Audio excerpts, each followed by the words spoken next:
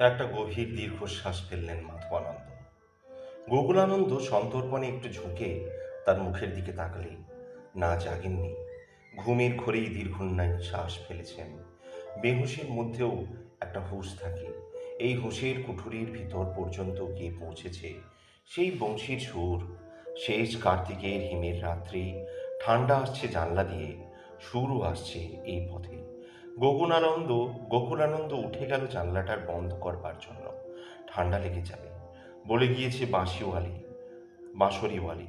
কবিরাজও বলে গিয়েছে, এই অবস্থায় ঠান্ডাকে সাবধান, সর্দি হলে বহুত মুশকিল হবে। বুকে সর্দি বসলে কাশি হবে, জ্বর আসবে, হুঁশিয়ার। জানলা বন্ধ করতে গিয়ে থমকে দাঁড়ালো। বাঁশরি বন্ধ হয়ে সারেঙ্গি বাজছে, মদিরা বাজছে ঠিনি ঠিনি। এইবার গাইবে বাঁশরিওয়ালি পেয়ারে। বাইরে চাঁদনি ঝলমল করছে। সামনে কদিন পরে রাধারানী আর ব্রজবালাদের নিয়ে কানহারি লালের রাস দরবার বসবে।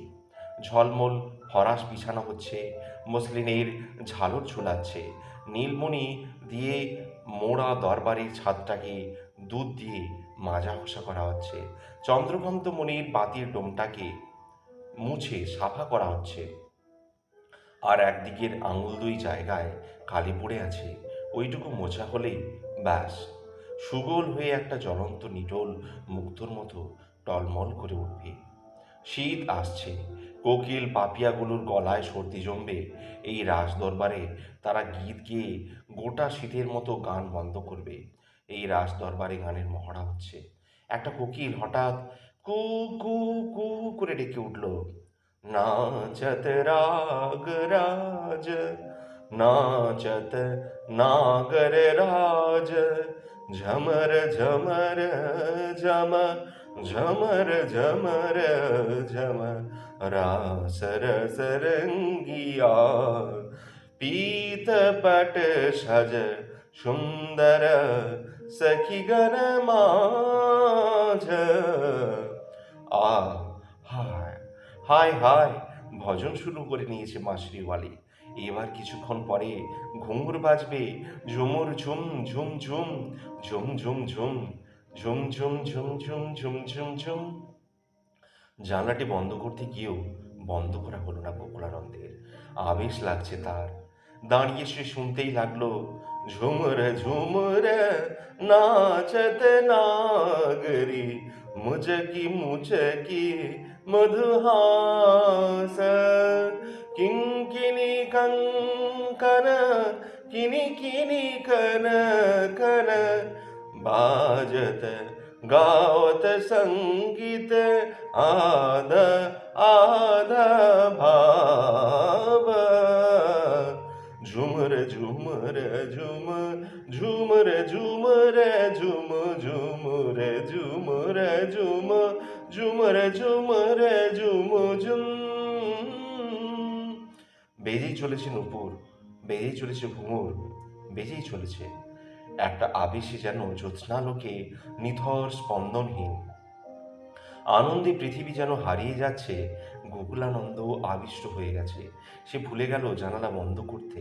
ধীরে ধীরে বেরিয়ে এলো ঘর থেকে, চলল ওই শব্দ লক্ষ্য করে।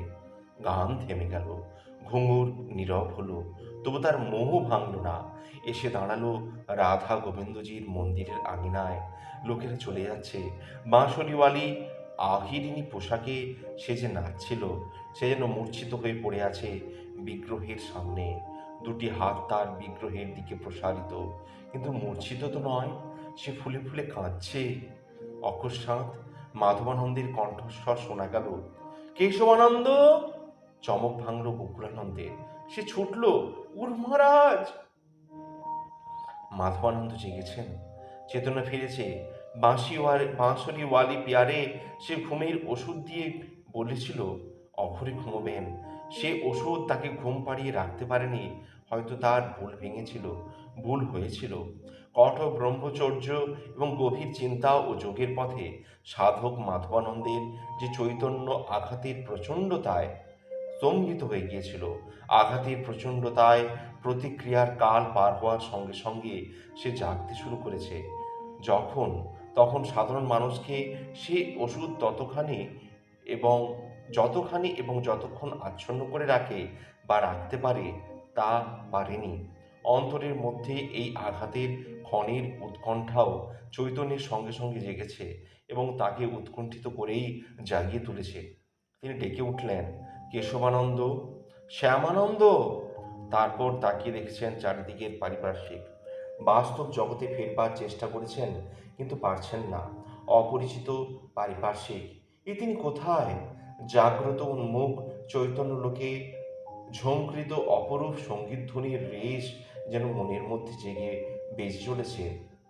ক্ষীণ অস্পষ্ট হলেও মনে পড়ছে শিয়রে সেই এক রহস্যময়ী মুখ। জীবনের এই প্রশ্ন বা চিত্তলোকে অনুভব করছেন তারই যেন সে প্রত্যক্ষ শরীরী রূপ। তার সঙ্গে এই স্বপ্ন দীপালোকিত জনহীন পরিচ্ছন্ন অনূর্ধ্ব ঘরখানি সম্পর্ক ঠিক পরিষ্কার করতে পারছেন না। খাপড়ার চাল, মাটিতে নিখানো দেওয়াল, বোধহয় কাঁচা ইটের। তিনি হয়তো মৃত্যুর ওপারের রহস্যপুর থেকেই বিচিত্রভাবে ফিরেছেন। এই গল্প তো অনেক শুনেছেন এবং এখন তিনি মরজগতে ফিরেছেন এটা নিশ্চিত। কিন্তু তিনি কোথায়? গুরু মহারাজ!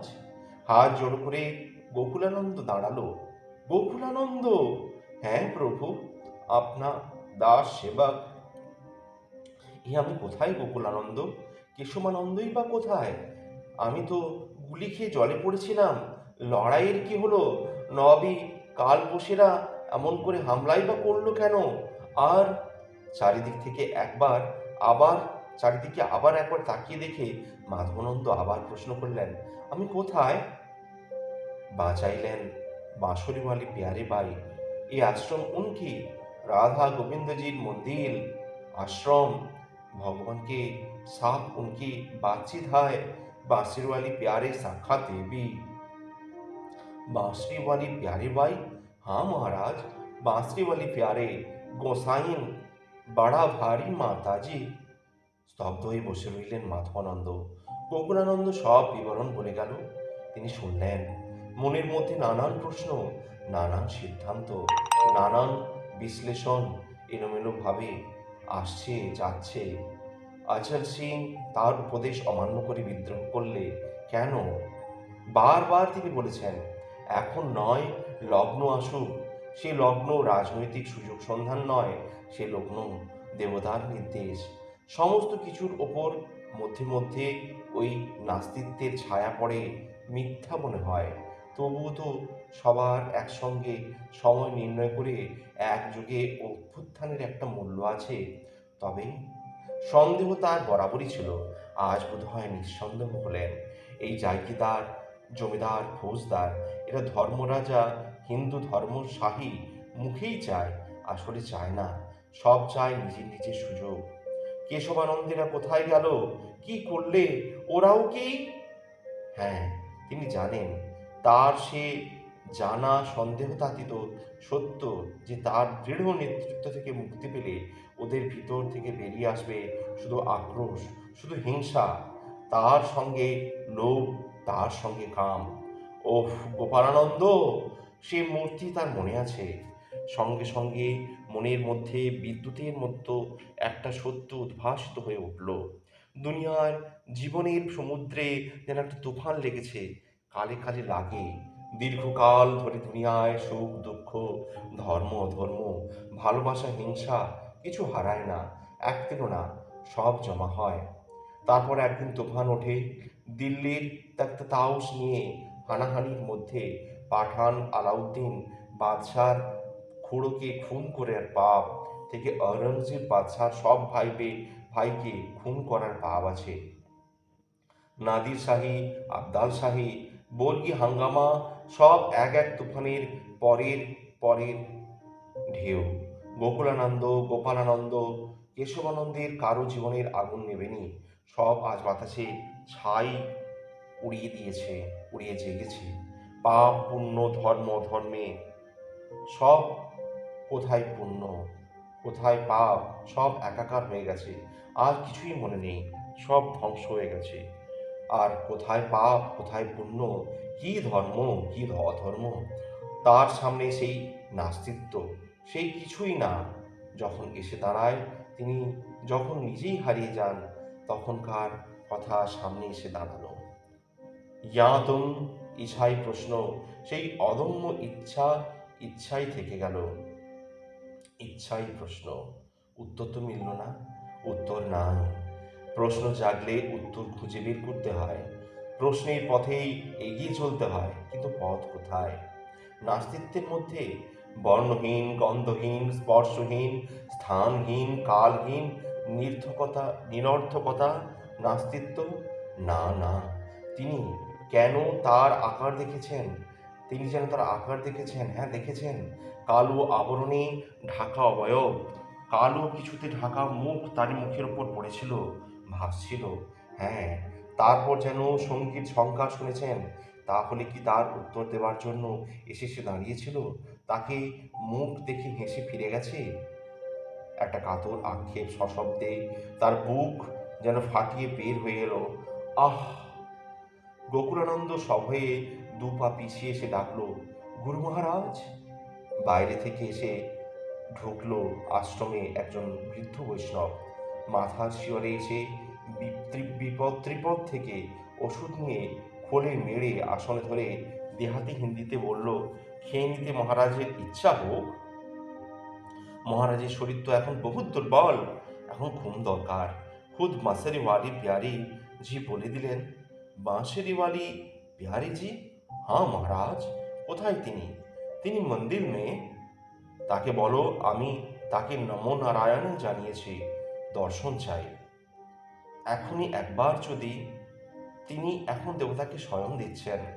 রাধারানী গোবিন্দজিকে স্বয়ং দিয়ে চরণ সেবা করবেন, এখন তো আসতে পারবেন না। স্বয়ং দিচ্ছেন, চরণ সেবা করছেন। একটু হাসি দেখা দিল তার মুখে। বিগ্রহের স্বয়ং চরণ সেবা, কংসারীর মুখের দিকে চোখের দিকে চেয়ে কত বিনিদ্র রাত্রি তার কেটে গেছে।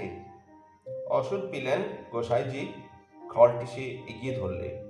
খড়টি হাতে নিয়ে মাধবানন্দ বললেন, অবসর মতো একবার মেহরবানি করে আসতে বলো গোসাইনজিকে, আমার কথা আছে। এই বাত আপনি বললেন, এই তার मालूम ছিল। বলিয়েছেন কি कहना उनके सामना जाने की प्यारे जी की माना है। माना है? কার মানা? ও তো আমি জানি না। आप सो जाइए, नींद जाइए। किसके माना? एक एक কার মানা? হ্যাঁ, বাঁশিরওয়ালি পিয়ারি তো সকলের সামনেই মুখ খুলে বের হন, কথা বলেন, বিগ্রহের দরবারে হাজার হাজার লোকের সামনে ভজন গান করেন, নাচেন। তবে আমার সামনে মানা কেন? আপনার ঠাকুরের, রাধা গোবিন্দজির? বাঁশিরওয়ালি পিয়ারিকেই মাধবানন্দ প্রশ্ন করলেন। অবগুণ্ঠানাবৃত হয়ে বাঁশিরওয়ালি তার সামনে দাঁড়িয়েছিলেন। পরনে ঘাগরা, কাঁচুলির ওপর ঘন নীল রঙের ওড়নায় দীর্ঘ অবগুণ্ঠন। বেশভূষায় কাপড় মূল্যবান নয়, সাধারণ দেহাতি দাঁতের, কিন্তু রঙের প্রাচুর্যে ঝলমল করছে। তার মধ্যে দেহাতির রুচি সুস্পষ্ট। এই ঘটনা আরও 10 দিন পরের। এই 10 দিনের মধ্যে মাধবানন্দ অনেকটা সেরে উঠেছেন, শরীরে বল পেয়েছেন, চলে যাবার কথা ভাবছেন, কিন্তু সংবাদ পেয়েছেন নবাবী ফৌজ চারিদিকে কংসারী মঠের সন্ন্যাসীদের খোঁজ করছে। কারণ কংসারী মঠের সন্ন্যাসীরা নৌকা ছেড়ে দিয়ে পাহাড় জঙ্গল ভেঙে আজ এখান কাল সেখান দিয়ে করে ফিরছে। তাদের চেষ্টা, যারা গঙ্গাজি পার করে ওপারে পূর্ণিয়া কিষানগঞ্জের দিকে গিয়ে অচল সিংহের ভাঙা দলের সঙ্গে মিলিত হবে। পথে ছোটোখাটো লুটতরাজ নিত্যই চলছে। বিশেষ করে কয়েকটা সরকারি থানা লুট করে আগুন দিয়ে পুড়িয়ে দিয়েছে। নবাবের অনুগত কয়েকজন ছোট জমিদার বড় জোরদারদের কাছারি বাড়ি লুট করেছে। গিধৌর থেকে ত্রিকুট পর্যন্ত অঞ্চলে লুটতরাজ করে সম্প্রতি তারা উত্তরমুখে ঘুরে বনের মধ্যে আত্মগোপন করেছে। কয়েকটা মুসলমান গ্রাম হাতি নিয়ে সংভূমি করে দিয়েছে, হাতি গিয়ে সংভূমি করে দিয়েছে। গিধৌড়ের রাজা এবং একজন মুসলমান জমিদারের 3টে হাতি তারা লুট করেছে। এদিকে মুঙ্গের, ওদিকে রাজমহল থেকে নবাবী ফৌজ তাদের পিছন পিছন নিয়ে গিয়ে ঘিরে ফেলবার চেষ্টা করছে।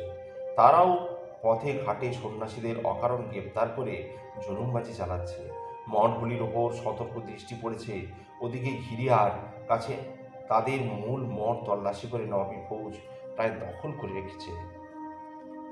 ও সময়ে ও পথে বের হওয়ার এ সময়ে ও পথে বের হওয়ার বিপদ আছে, এবং বাঁশরীওয়ালিও বের হতে দেননি। কিন্তু এখানে ধরা পড়লে বাঁশরীওয়ালির বিপদ আছে। সেই সূত্রেই আজ বাঁশরীওয়ালি দীর্ঘ অবগুণ্ঠনে নিজেকে আবৃত করে মাধবানন্দের সঙ্গে কথা বলতে সামনে এসে দাঁড়িয়েছে। এই 10 দিন ধরে বাঁশরীওয়ালির অস্তিত্ব তার ব্যক্তিসত্তায় আস্বাদ প্রতি মুহূর্তেই গ্রহণ করেছেন। তারই চিকিৎসা, তারই শুশ্রূষা, তারই সেবা, তারই হাতের পথ্য পেয়েছেন। তার কণ্ঠস্বর শুনেছেন, হাসি শুনেছেন, গান শুনেছেন, তার নাচের মুখরধ্বনি শুনে গভীর রাত্রি হেসেছেন। সাধনায় কত বিচিত্র ধারার মানুষ বের করেছে। জীবনের অপব্যয়কে দান খাতে খরচ শিখলেই আত্মগ্লানি থেকে অব্যাহতি। কিন্তু না, তা ভেবেও নিজে গ্লানিবোধ করেছেন। ওই গানের মধ্যে, নাচের মধ্যে একটা কিছু আছে, সঙ্গীতের মাধুর্য ছাড়াও আরও কিছু। নইলে গান শুনে কখন একসময় অনুভব করেছেন যে তার চোখে জল এসেছে? এমন হবে কেন? কিছু আছে। প্রশ্ন করতে ইচ্ছে হয়েছে, কিন্তু সামনে পেয়েও করেননি। নিত্যই দিনে রাত্রে দুবার এমনই নীলাম্বরী অবগুণ্ঠনে নিজেকে ঢেকে বাঁশিওয়ালি পেয়ারে এসে তাকে দেখে নীরবে চলে গেছেন। কপালে কোমল হাতে তালু স্পর্শ এবং মণিবন্ধে তার চাঁপার কলির মতো আঙুলগুলি স্পর্শ করে অনুভব করেছেন। তাকেও দেখেছেন তার গঠন ও সৌন্দর্য। অনাবৃত দুটি হাতের সুষমাও দেখেছেন। বিস্ময় বোধ করেছেন এই ভেবে, এই সুকুমার তরুণ বয়সে এই সাধনা সম্ভব হলো কি করে? এই তো যেন কিশোরী কুমারী। অবশ্য প্রতিবারই দেখেছেন কুহেলির মতো আলোর মধ্যে, ভোরবেলা সূর্যোদয়ের পূর্বে একটি কোমল শীতল স্পর্শে তার নিদ্রাভঙ্গ হয়। প্রতিদিনই তিনি চমকে উঠেছেন। মনে হয়েছে তার জীবনের এই নাস্তিত্বের এ যেন অন্তির নাস্তিত্বে এ যেন অস্তিত্ব অন্তিত্ব। নীলাম্বরীর দীর্ঘ অবগঠন বৃতা সুকুমার নারী মূর্তিটি মাথার শিওরে দাঁড়িয়ে কপালে হাত রেখে উত্তাপ অনুভব করেছে। সেই অল্প আলোকে নীলাম্বরী ঘন কৃষ্ণাম্বরী বলে ভ্রম হয়েছে। প্রথম 2-3 দিন সচকিতভাবে প্রশ্ন করেছেন, কে তুমি, কে? অবগুণ্ঠনাবৃত নীরব থেকেছে, অচঞ্চল থেকেছে। পাশ থেকে উত্তর দিয়েছে গোকুলানন্দ, বাঁশরীওয়ালি পেয়ারিজি প্রভু। হ্যাঁ, তিনি সদ্য স্নাতার কেশ গন্ধ পেয়েছেন তখন। স্পর্শে শীতলতায় মাধুর্যের অর্থ অনুভব করেছেন। শেষ দিন হাত চেপে ধরে দুবার প্রশ্ন করেছিলেন, তুমি কে? গোকুলানন্দের উত্তর শোনার পর আবারও তিনি প্রশ্ন করেছিলেন, বলো তুমি কে? মূর্তি তেমন স্থির অচঞ্চল ছিল। গোকুলানন্দ তাকে নাড়া দিয়ে বলেছিল, গুরুজি। বোধ করি সে তাকে নিদ্রাঘোর বিভ্রান্ত ভেবেছিল। তিনি গোকুলানন্দের দিকে দৃষ্টি ফেরাতেই সে মনে করে দিয়েছিল, পিয়ারিজি, বাঁশরীওয়ালি পিয়ারে আপনার নাড়ি দেখবেন। তিনি আবার একবার ওই অবগুণ্ঠনাবৃতা মূর্তির দিকে তাকিয়ে দেখে হাত ছেড়ে দিয়েছিলেন। তারপর আর কোনোদিন কোনো প্রশ্ন করেননি। মনের প্রশ্নের নিবৃত্তি হয়নি, কিন্তু নিজেকে সংযত রেখেছিলেন। একদিন ক্রোধ হয়েছে, অবগুণ্ঠন প্রান্ত চেপে ধরে এক মুহূর্তে টেনে খুলে দিতে ইচ্ছা হয়েছে, কিন্তু আত্মসম্বরণ করেছেন।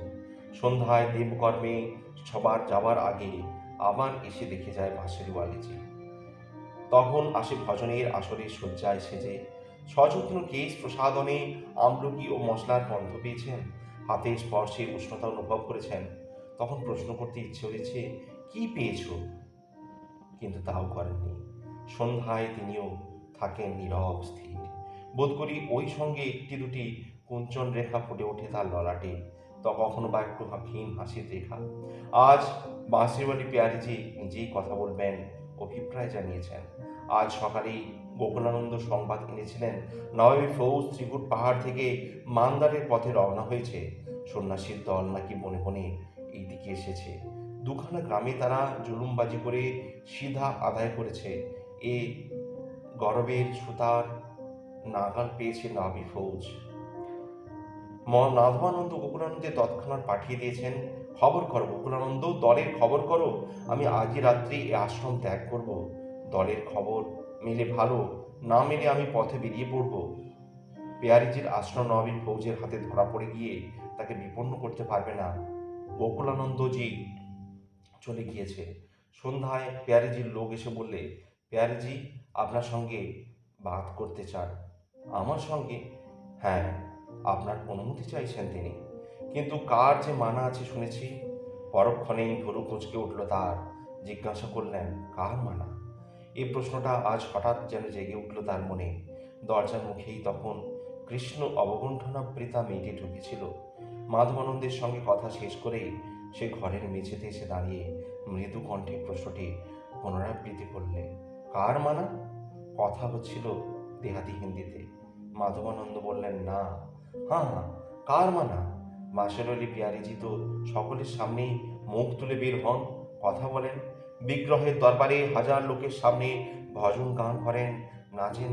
তবে আমার সামনে মানা কেন? কার মানা? রাধা গোবিন্দজির স্বপ্ন? অবগুণ্ঠনপতিটি মাথাটি নার ভঙ্গিতে তুলে উঠল। না, অর্থাৎ তাদের মানা নয়।